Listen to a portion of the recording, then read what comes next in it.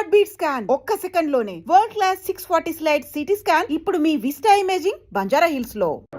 నా పరువు తీసావా? అమ్మని చెల్లి తీసుకొచ్చి నా కాళ్ళ మీద పడుని ఛాలెంజ్ చేశాను. ఇప్పుడు నా పిల్లాన్ని తెమ్మని చెప్తాడు వాడు. అది కాదన్నా, మెరూన్ కలర్ కాల్ ఇస్తున్నారు. నల్లని అమ్మాయిని చూసి వాళ్ళ పెళ్ళామని దూకేస్తాడా? ఒరే, ఫోన్ చేసిన అమ్మాయి వాడి శత్రువా లేదా మనని కన్ఫ్యూజ్ చేయడానికి వాడు చేసిన ఏర్పాటు.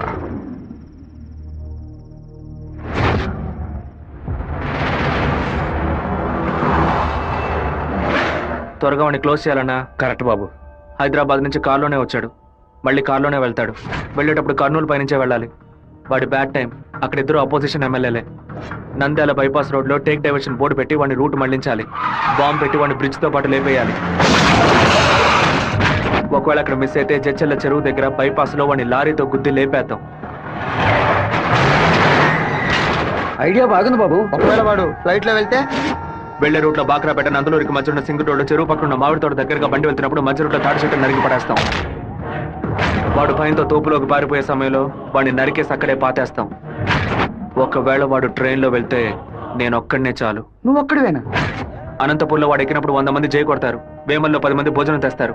కడపలో 4 దండలేస్తారు. తిరుపతి రాగానే వాడి చెంచగాళ్ళందరూ వెళ్ళి నిద్రపోతారు. వాడు ఒంటరిగానే పడుకుంటాడు. ఆ టైంలో దిండు మొహం మీద పెట్టి వాడిని చప్పుడు చేయకుండా చంపేసి శవంతో పాటు నదిలోకి దూకి నేను అక్కడి నుంచి ఎస్కేప్ అయిపోతాను. మరుసటి రోజు వాడి శవం నదిలో తేలుతుంది. ఏ రూట్లో వెళ్ళినా వాడి చావు ఖాయం. ఇదిగోనయ్యా కాఫీ.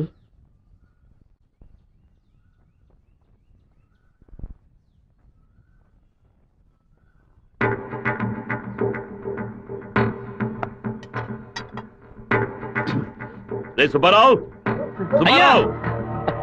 ఏమైందయ్యా? నేను 2 ముక్కలు తాగాను. కంగారు పడకు. సుందరం బండి తీరా. ఎవరికి చెప్పకండి. ఇంట్లో వాళ్ళని ఏది తినొద్దు చెప్పు, అర్థమైందా? గుండె గబగబా కొట్టుకుంటుంది. ఈ కాఫీ డాక్టర్కి ఇచ్చి ఇందులో ఏం కలిపారో కనుక్కోమని చెప్పు. డాక్టర్, మా అయ్యగారిని ఎలాగైనా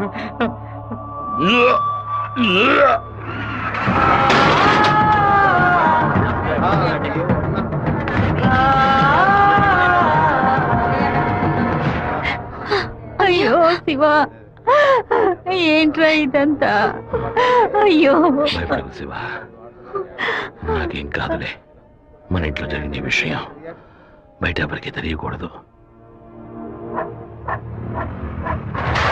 కొత్తగా ఎవరో ఇంట్లోకి వచ్చింది? కొత్తగా ఎవరు రాలేదన్నా. అయ్యా, పొద్దున బట్టలు తీసుకెళ్ళడానికి చాకల మా అదయ్యగాడు వచ్చాడు. తర్వాత చేపలు వచ్చాడు. చేపలు కడగడానికి ఇంట్లోకి వచ్చారు. నాకే పాపం తెలియదయ్యా. ఎవరింటికి వెళ్ళినా కుక్కడ నీళ్లు కూడా మింగే ముందు ఆలోచించే గుట్టక వేస్తారే. ఇప్పుడెలా? మన ఇంట్లో నీళ్ళని తాగడానికి ఆలోచిస్తే అది తప్పు కదా గంగా. శివ, కొంచెం లోపలికి వస్తావా? మాట్లాడాలి. పొద్దున అందరి గురించి నీతో చెప్పాను. రాధికమ్మ కూడా వచ్చి వెళ్ళింది. ఆ విషయం మాత్రం నీతో చెప్పలేదు. అయ్యగారి కాఫీ కలిపేటప్పుడు తను కూడా వంటింట్లో ఉంది బాబు. ఏమంటున్నావు? అత్త ఎక్కడికి వెళ్ళారు? అత్తయ్య పెరట్లో పశువులకి కుడితి కలుపుతోంది. అవును, ఎన్నేళ్లుగా మీరు ఇంట్లో పని మంచిగా పనిచేస్తున్నారు? నేను ఇంట్లో పనిచేస్తున్నానన్న విషయం నువ్వు చెప్తేనే తల్లి నాకు గుర్తుకొచ్చింది. ఓ సరే, నేను అత్తయ్యతో మాట్లాడొస్తాను. పెరట్లోకి వెళ్తానని చెప్పిన అమ్మాయి అక్కడికి వెళ్ళలేదు, వాకిట్లోకి రాలేదు, తర్వాత కనిపించలేదు. ఎవరి గురించి ఏం మాట్లాడుతున్నావు? ఆ అమ్మాయి వదిలిన చెప్పులు కూడా వాకిట్లోనే ఉన్నాయి. కావాలంటే వెళ్ళి చూడు బాబు.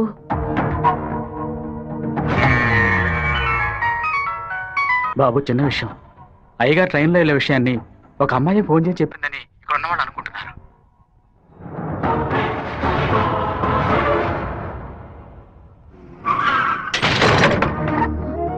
ఏంటిది? వేసుకుని వచ్చిన చెప్పుల్ని మర్చిపోయి వెళ్ళేంత తొందర ఏంటి నీకు?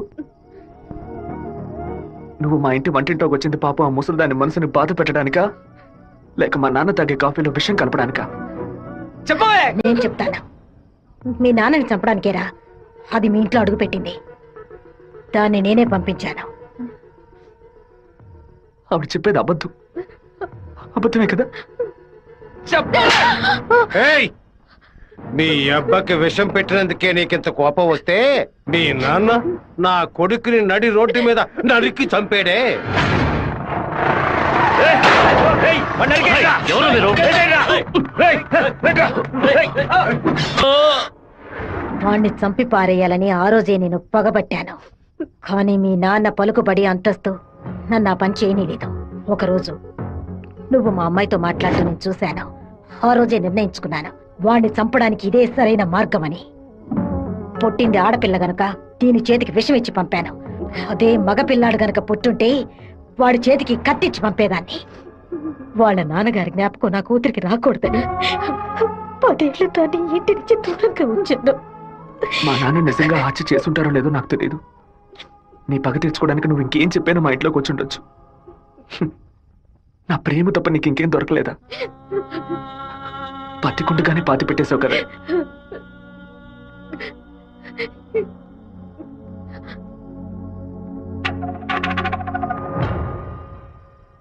మీరు మాట్లాడుకున్నదంతా నేను వింటూనే ఉన్నాను. నీ భర్త చావుకి నేను కారణం కాదమ్మా. నీ భర్త ఆశపడే ఎలక్షన్లో నించోలేదమ్మా. మన జాతి ఓట్లని విడదీయాలని రూలింగ్ పార్టీ వాళ్ళ దగ్గర 10 లక్షల రూపాయలు లంచగా తీసుకున్నావే, నీకు సిగ్గులేదు? నేను డబ్బు తీసుకున్నట్టు మీకు ఇంకా నిజాన్ని కప్పిపుచ్చాలని చూడకు. మర్యాదగా నామినేషన్ వాపస్ తీసుకో, లేదా నీ మొండెమే మిగులుతుంది. నువ్వు మాణిక్యాన్ని లేపే. ఏమన్నావు అన్నా? అప్పుడే ఆ నింద వీరభద్రం మీద పడుతుంది. ఓట్లు రూటు మారుతాయి. నేను ఈ హత్యని చెయ్యలేదని ఈ ఊరే నమ్ముతోంది. నువ్వు మాత్రం ఎందుకు నమ్మట్లేదు? నా కొడుకు నీ కూతుర్ని ప్రేమిస్తున్నానని తెలియగానే వెంటనే వచ్చి నీతో చెప్పాలనుకున్నాను. కానీ నీకు తెలిసే తన మా ఇంటికి వచ్చిందని చెప్పింది. అందుకనే నిజమంతా నీకు తెలుసనుకున్నానమ్మా. ఎవరో చెప్పిన మాట నమ్మి పాపం తన మనసులో ద్వేషాన్ని నాటి ఇప్పుడు ఇలా తలదించుకునేలా చేశావే. పెళ్లి చేసుకుని చల్లగా ఉండాల్సిన పిల్ల తన జీవితాన్ని నాశనం చేశావే.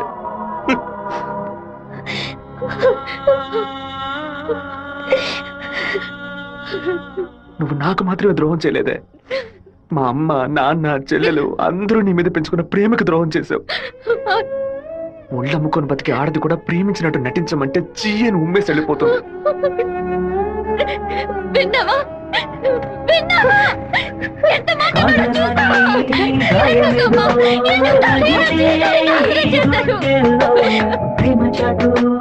జీవితన ఎగిసే ఆవేదనలో ప్రేమించిన నా గుండెలకి ఇదివో బహుమానం. నన్ను కన్న పాపానికి వీరికి దండనరా. టెలిఫోన్ బూత్ లో ఎంక్వైరీ చేసా ఉన్నా. పక్కనే లేడీస్ కాలేజ్ ఉండడం వల్ల ఏం చేసిందో తెలియదు అన్న. ఒక ఆడపిల్ల వల్ల వాడు తప్పించుకున్నాడు. అసెంబ్లీలో అపోజిషన్ వాడు కావాలనే ఈ విషయం అడుగు మరి కలుగుతున్నాడు. ఇంతకు మించి మనం ఓర్పుగా ఉంటే వాడు ఖచ్చితంగా గెలిచేస్తాడు. బెజవారి నుంచి 50 మందిని రప్పించండి. ఎవరు ఎదురు చూడే సమయంలో వాడి ఇంట్లోకి దూరి వీరభద్రాన్ని ఆడి కొడుకని లేపేయమనండి. ఊరోళ్ళు ఎవరైనా అడ్డొస్తే పెద్ద చిన్నాడు చూడకుండా అడ్డగా నరకమని చెప్పు. అన్నా, ఇలా ఓపెన్ గా అన్ని చేస్తే మీ మీద అందరూ డౌట్ పడతారన్నా. మన వాళ్ళని పక్క నుండి ఉసిగొల్పమనం. రాత్రి సరిగా 10:30కి ఈబీ వాళ్ళతో చెప్పి పులివెందుల్లో కరెంట్ కట్ చేయమనం. ఆ టైంలో ఎవరు ఫోన్ చేసినా చుట్టుపక్కల ఏ పోలీస్ స్టేషన్ లో ఫోన్ తీయకూడదు. ఆ కొత్త డ్రైవర్కి చెమట్లు పట్టాయంట్రా. వీరభద్రం మీద ప్రేమతోనా? వాడు ఏ ఊరోడో ఎవడు ఇక్కడ పంపించాడో పంపిన వారికి వీరభద్రుడికి సంబంధం ఏంటో ఎంక్వైరీ చేయి.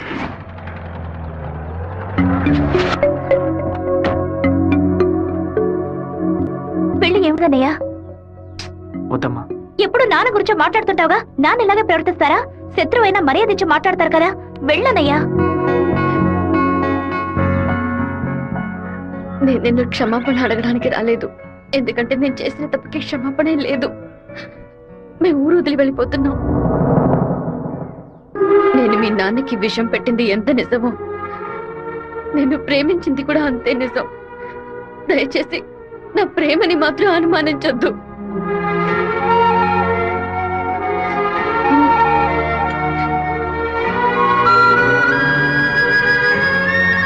బావా, నీతో మాట్లాడాలరా. ఏదో అమ్మ మాట విని తెలియక తప్పు చేసిందిరా. క్షమించేవాడేరా మనిషి. నువ్వేంట్రా? మా ఇల్లు నాకు గుడి లాంటిదిరా. మా అమ్మ నాన్న దేవుడురా. ఆయన్ని చంపాలని ప్రయత్నించిన అమ్మాయిని ఎలా క్షమించమంటావు? నాకు అర్థమైందిరా. నీ దగ్గరికి మొదటిసారి అమ్మాయి వచ్చినప్పుడు నిన్ను ప్రేమిస్తున్నాననే అమ్మాయి చెప్పింది. పెళ్లి చేసుకుంటాననే కదా చెప్పింది. హత్య చేయడానికి వచ్చిన వాళ్ళు అలా అంటారా? నీ మనసులో అమ్మాయి లేదని నాకు ప్రమాణం చేసి చెప్పు. ఉందిరా, తను నా మనసులోనే ఉంది. కానీ ఇప్పుడు వచ్చి వెళ్ళింది నేను ప్రేమించిన రాధిక కాదు. బాబు శివ, నేను చెప్తే నువ్వు వింటావా? వెళ్ళి అమ్మాయిని తీసుకురా. నా తల నరుకుతానన్న వాడి తలని నరికి తీరుతానన్న పట్టుదలతో ఉన్నావు కదా. వాళ్ళ నాన్న చంపిన వాడి మీద అమ్మాయి కోపం ఉండదా? ఈ సీమలో పుట్టినటువంటి ప్రతి అమ్మాయికి ఆ పౌరుషం రోషం ఉండడం సహజమే.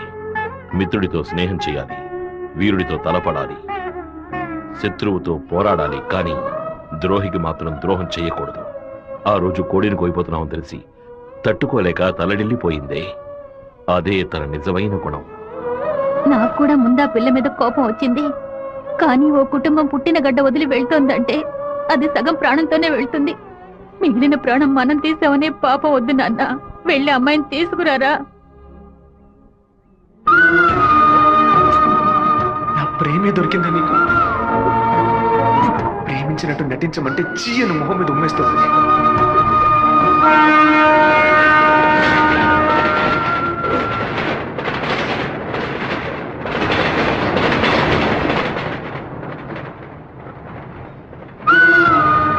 రా ఇంటికి వెళ్దాం. నాన్న తీసుకురమ్మన్నారు, రా ఇంటికి వెళ్దాం. ఏంటి ఎప్పుడు చూసినా తప్పు నేను తీసుకున్నా. ఇందుకే నన్ను ఇలా చంపుతున్నావు.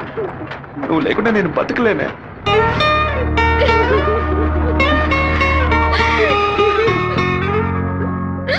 నీకు ముఖ్యమైన విషయం చెప్పాలని ఒంటరిగా రానా? ఎక్కడికి ఒంటరిగా వెళ్తున్నారు? మాణిక్యం రమ్మని చెప్పాడు. కూడా ఎవరైనా తీసుకెళ్ళండి. ఎవరైనా తీసుకెళ్దామంటే భయపడుతున్నాడు. ఒంటరిగానే వెళ్ళొస్తా. వద్దొద్దు సుబ్బారావు, అయ్యా అన్నతోటి వెళ్ళు. సరేనే. 2 కత్తులు తీసుకెళ్ళు. నువ్వు లోపలే దాక్కుని చూడు. బెజవాడ పెద్ద దగ్గర ఎంక్వైరీ చేశాను. ఆ డ్రైవర్ ని పంపించింది మురళీ ట్రావెల్స్ గోవిందరాజు. వాడికి వీరభద్రానికి పెద్ద లింక్ ఉందన్నా.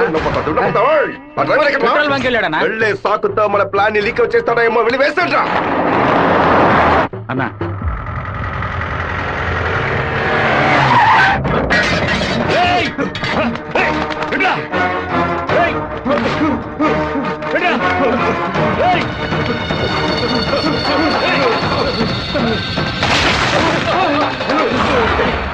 జీతం తీసుకునేది మాయి గారి దగ్గర, పనిచేసేది వీరభద్రానిక.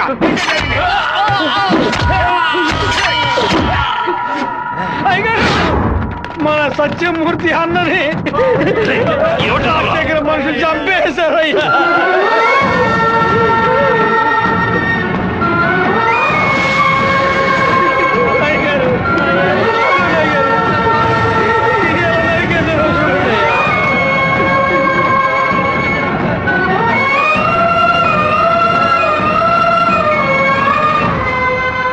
నేను దిగి నరికేసి ఉండేవాడినయ్యా. కానీ ఒకవేళ నాకు ఏదైనా జరిగితే ఆ కబురు మీకు అందకుండా పోతుందని నోరు మూసుకుని ఉండిపోయినయ్యా. కరెంటు కట్ చేస్తారట, ఫోన్ చేస్తే పోలీసులు రారట. పదవిలో ఉన్నామన్న పొగరు. సరే, అందరూ ఇళ్లకు వెళ్ళండి. మీ పెళ్ళాం పిల్లల్ని జాగ్రత్తగా చూసుకుని ఇంట్లోనే ఉండండి. మమ్మల్ని అందరినీ ఇంటికి వెళ్ళి జాగ్రత్తగా ఉండమని చెప్పి మీరు ఒక్కరే వాడితో పోరాడతారా? మిమ్మల్ని ఇక్కడ ఒంటరిగా వదిలేసి మేము మా పిల్లలను వాటేసుకుని పడుకుంటాం అనుకున్నారా? ఇన్నేళ్ళు మా అందరి కోసం మీరు ఎంత కష్టపడారో తెలుసాయి గారు. ఈ రోజు మీకు సమస్య వస్తే మేము ఎలా ఊరుకుంటాం అనుకున్నారు? మేమేం చేతగాని వాళ్ళం కాదు. ఒకడు మీ ఇంట్లోకి దూరి మీ మీద చెయ్యేశాడంటే అదంతా మేము సత్యాగా జరుగుతుందయ్యా. శివ, సత్యమూర్తి అన్నింటికి పోలీసులు ఎంక్వైరీకి వచ్చారంట. ఎంతమంది వచ్చినా సరే ఒక్కళ్ళు కూడా వదిలిపెట్టాం. నరికి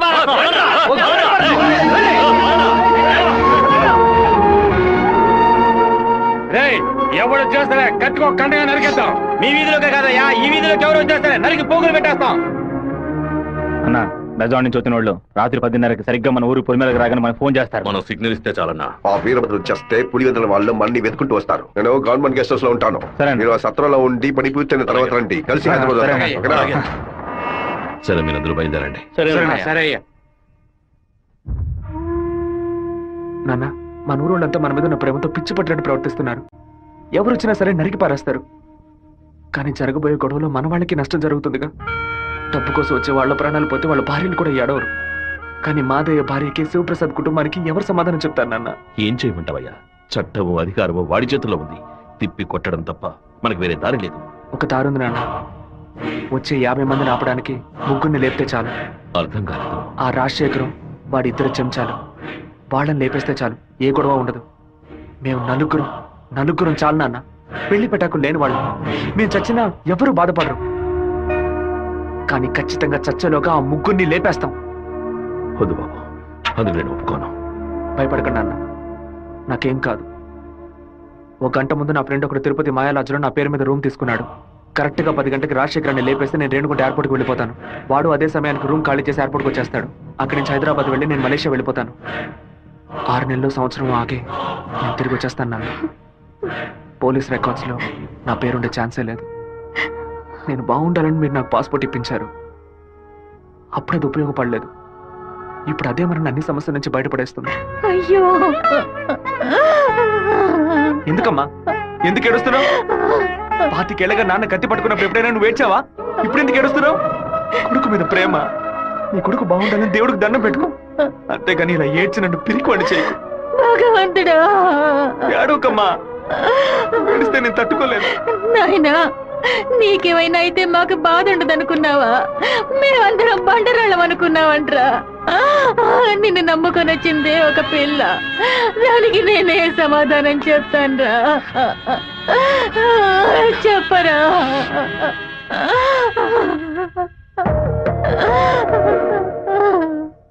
చెప్పు, నేను ఇప్పుడు ఏం చేయను? ఇన్ని రోజులు ప్రతి ఒక్క కత్తి వెనక రక్తం మాత్రమే ఉంటుందనుకున్నాను. కానీ ఇంత పెద్ద పోరాటమే ఉంటుందని ఇప్పుడే నాకు అర్థమైంది.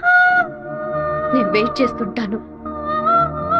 తిరిగి వచ్చేంత వరకు వెయిట్ చేస్తుంటాను. మీరే చెప్పారు కదా నాన్న, కోపిష్టి కత్తి పడితేనే తప్పు, కాపలావిడ పడితే తప్పు లేదని. నేను కోపంతో వెళ్ళట్లేదు నాన్న, మనల్ని కాపాడుకోవడానికి వెళ్తున్నాను.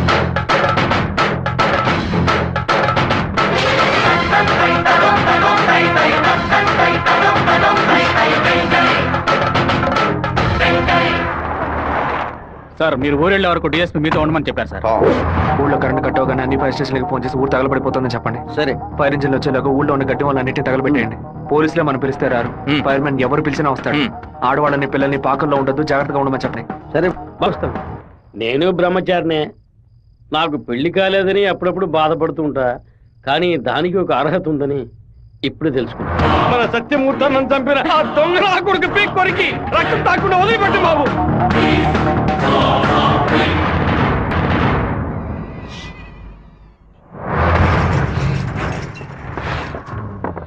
శివ, ఇంట్లో ఎవరు లేరు. అందరూ కళ్యాణ మండపంలో ఉన్నారు.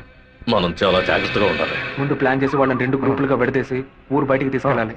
చిన్నాయన, టైం 10:30 కావస్తుంది. ఇంతవరకు ఏ కబురు లేదు.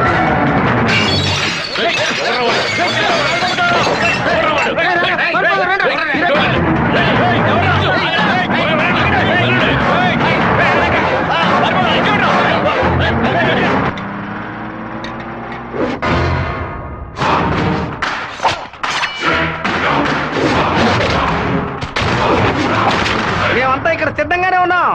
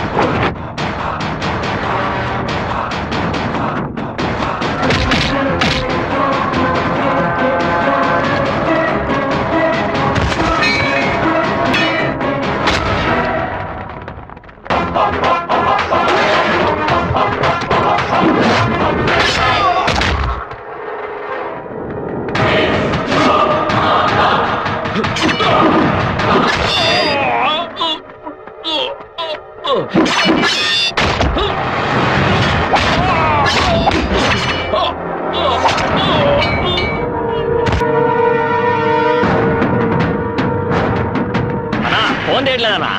ఊళ్ళోకి వెళ్ళి చూద్దాం పదండి. వాళ్ళు పక్కనే ఉన్న రైలు పొదలో ఉన్నారు.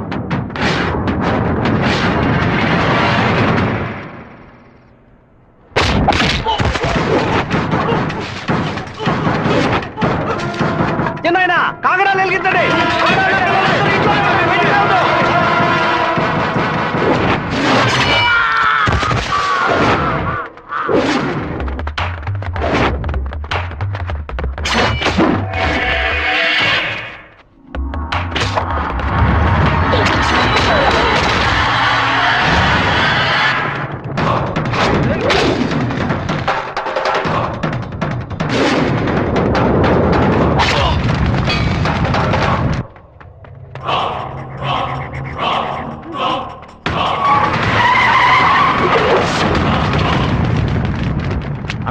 ఏంటన్నది మన రమ్మని వాళ్ళే పని పూర్తి చేస్తున్నట్టున్నారు.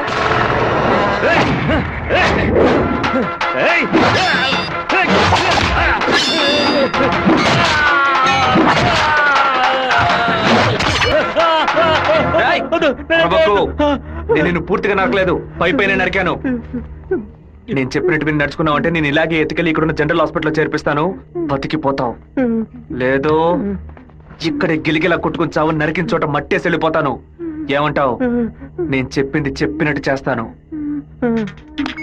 వీరభద్రాన్ని అమ్మోరు గుడి పక్కన కొలం దగ్గర బంధించి ఉంచామన్నా. నిజంగానే అంటున్నావా? అన్న వెంటనే రా అన్నా. అన్నా ఎక్కడికి వెళ్తున్నారు? వాడి నా చేతులతో నరకాలరా. ఇప్పుడు బయటికి వెళ్తే రేపు పోలీసు వాడే సాక్షి కూర్చుంటాడు. అయితే ఒక పని చేయి, వాళ్ళకి తెలియకుండా కార్ని వెనక్కి తీసుకురా. ఇదిగోంటాడా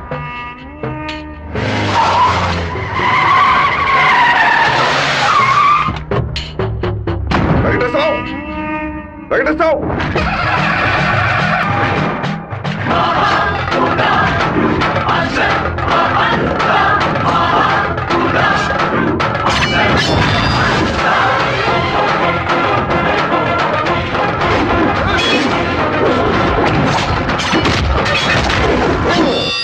రారా, రా రా రా రా.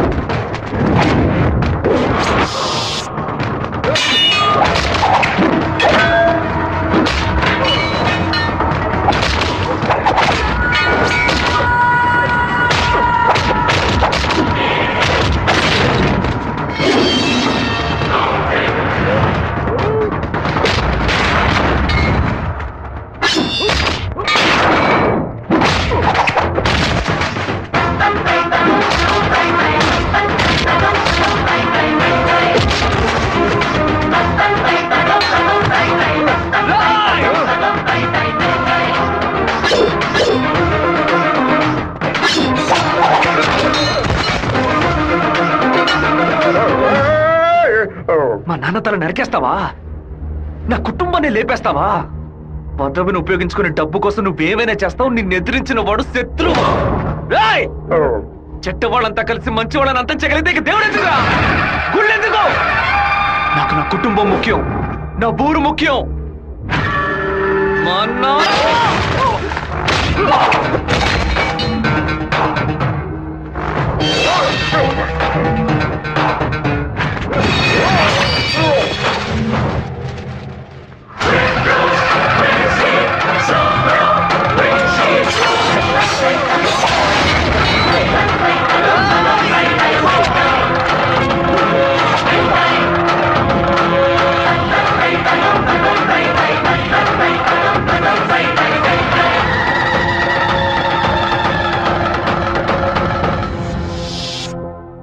నిన్ను మాత్రం